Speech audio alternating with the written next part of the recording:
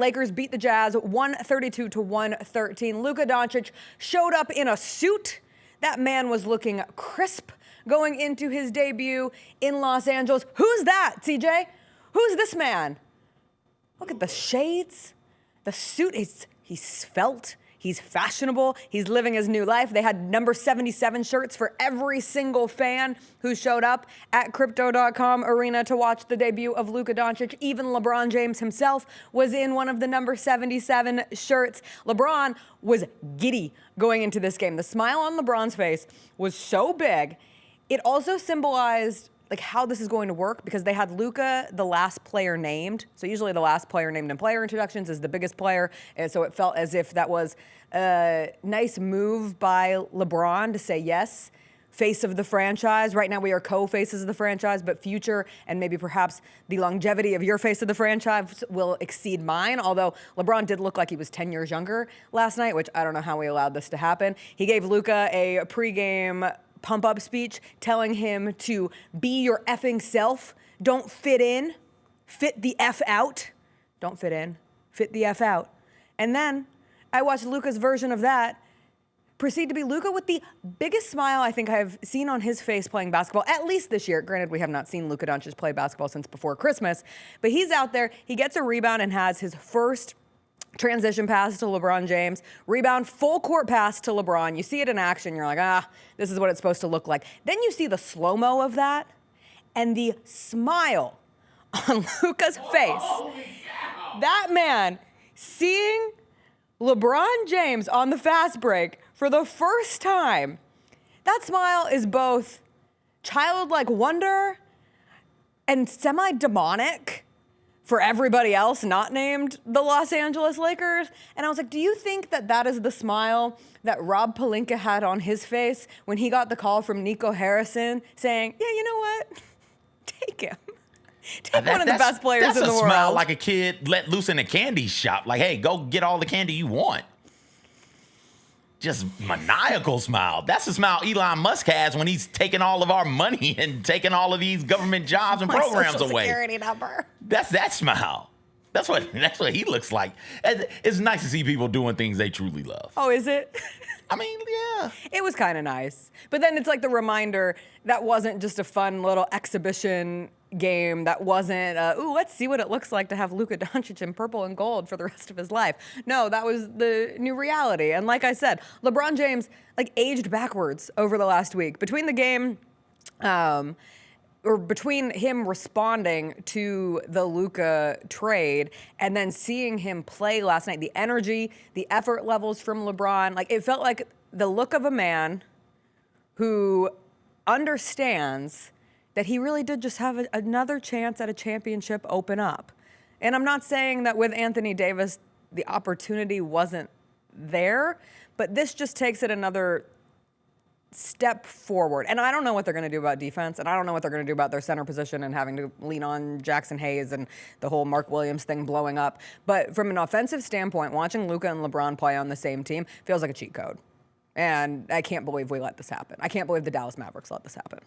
I look forward to seeing it continue to play out. The All-Star break is coming, and I know players need to rest and get their bodies right, but I would assume that that team in particular would want to try and get together and work through some things to figure out some kinks and figure out how everybody wants the ball, where everybody wants the ball, where best to use everybody. I'm not sure.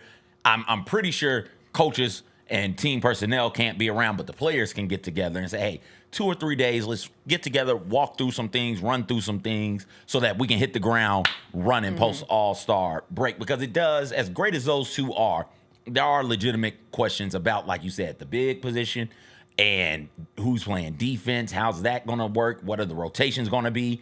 And is Luka just going to be a sieve on the defensive end? Like there are legitimate questions there that the Lakers need to figure out. They do need to hit this ground running because we're almost 3/4 of the way through the season. They don't have a whole lot of time to figure things out. You've got to come in after All-Star break with everything figured out, ready to hit the ground running. But they are 10-1 since January 21st. Like they've won 6 games in a row. They've been playing well at this juncture of the season, so well they're in 4th in a stop me if you've heard this one before, crowded Western Conference race. They are 2.5 games behind the Grizzlies in second. They're a game and a half behind the Nuggets, who are in third at the moment, and then tied with the Houston Rockets, who the Rockets finally won a game last night after they had lost 6 games in a row. Or the Rockets game wasn't last night. They won the night before. They played against the Toronto Raptors. But it's interesting for the Lakers. They've played well to this point, but that was without somebody like Luka. And the difference in Anthony Davis and Luka from their roles is night and day. Not saying that Anthony Davis isn't a tremendous talent, because he is. But what he's asked to do and what Luka is asked to do are completely different things. You would think that this team, because LeBron James can be a bit ball dominant, would say, okay, this is how we need to play with another ball-dominant player. But sometimes, man, that stuff doesn't work. And it does take time to figure out, okay, here's Luka's chance with the ball. Here's LeBron's chance with the ball. When LeBron has the ball, Luka, this is what we need you to do. Luka, when Luka has the ball, Bron, here's what you need to do. Like, that takes time to figure out. But they have really good pieces in LA, right? I saw them. Who did they just beat on Saturday? I can't remember, but saw them in that game. The game without Luka and LeBron, when Austin Reeves had 45 Austin points. Reeves, Rui Hachimura, Vanderbilt as well, right? Like, they've got quality pieces around those two. It is just a matter of figuring everybody out and getting that chemistry thing. Chemistry is so very, very important. Getting the chemistry worked out. Can't afford to lose games in the regular season in that crowded Western Conference, because you lose a couple of games, you lose 3, lose 4, you're talking about going from the 4 seed to maybe the 6 seed or the play-in. You want to hold on to that 4 seed. You want to even try and catch, if you're LA, you want to try and catch the teams ahead of you. And you can do that better if the chemistry is right. They've got to figure out the chemistry. It looked fine against a very, very bad, underwhelming Jazz team last night. Very, very bad. But the chemistry, to make matters worse for the rest of the NBA, Zodiac GM, and you know, I love me some Zodiac GM. I'm aware. LeBron and Luka, A+ synergy. LeBron, Capricorn with Aries moon. Doncic, Pisces with Leo moon. Together, the synergy is there. I do also think people were kind of dunking on LeBron for the pregame little pump-up speech to Luka, saying, don't fit in, fit out, because people brought up years ago, 10 years ago at this point, when it was him and Kevin Love, and when their big three in Cleveland was having trouble meshing early, and Kevin Love was kind of the odd man out. He went from being the number 1 option to being the number 3 option in a blink. And this tweet from February 2015, where LeBron said, stop trying to find a way to fit out and just fit in, be a part of something special, just my thoughts, came following a game. But Kevin Love had talked about how sometimes he felt as if he fit out instead of fitting in. And back then it was a push and pull. And now at age 40, I think it represents LeBron understanding, and especially this particular scenario, like Luka is one of the best players in the world. When healthy, Luka Doncic is one of the best that you have. And LeBron getting that while he is still remarkable at age 40. And the fact that that tweet is from 10 years ago. They mentioned the decision during last night's broadcast and said it was 15 years ago. And I said, how the hell are we still talking about LeBron James on a contending team as one of the best players? He is. He's still one of the best players in the NBA and one of the best that we've ever seen. But at this juncture, like where he's learned from accepting personality points on a roster, I think will be big for this Lakers group. I mean, it's two completely different situations. Yes. Where Luka's coming in is, okay, the guy. If you're not the guy, you're like 1B.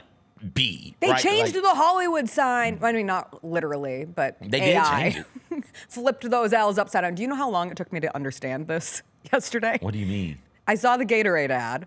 And they had the L's flipped upside down on the Hollywood sign. And I was like, why?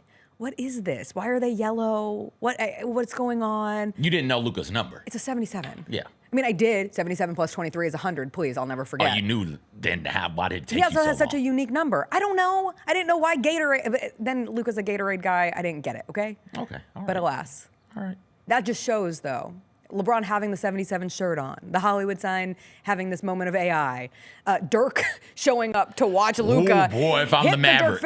Okay, let's get into the Mavs side of this. Hot. You can't have The Mavs are having the worst week of their LA. lives. The Mavs are having the both the Mavs as an organization, Mavs fans, people in Dallas, how Dirk shows up. And he said he wanted to support his guy in Los Angeles, and Luka hit the Dirk fadeaway in front of Dirk himself in Los Angeles wearing purple and gold. And the Mavs last night, oh, the poor Dallas Mavericks continue their descent into hell. The Jessica Benson Show with CJ Hart, live every weekday at 8 a.m.